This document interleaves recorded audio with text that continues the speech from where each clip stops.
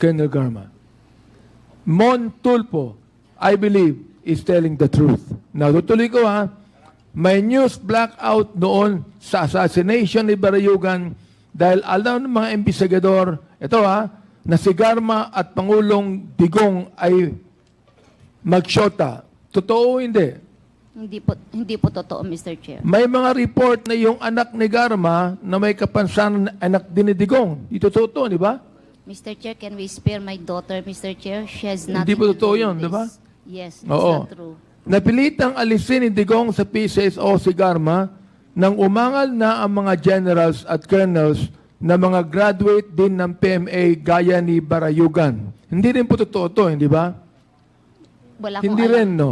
Therefore, nag-isinungaling si Montulfo, nag-isinungaling si Colonel Mendoza, nag-isinungaling si Nelson Mariano. Am I right?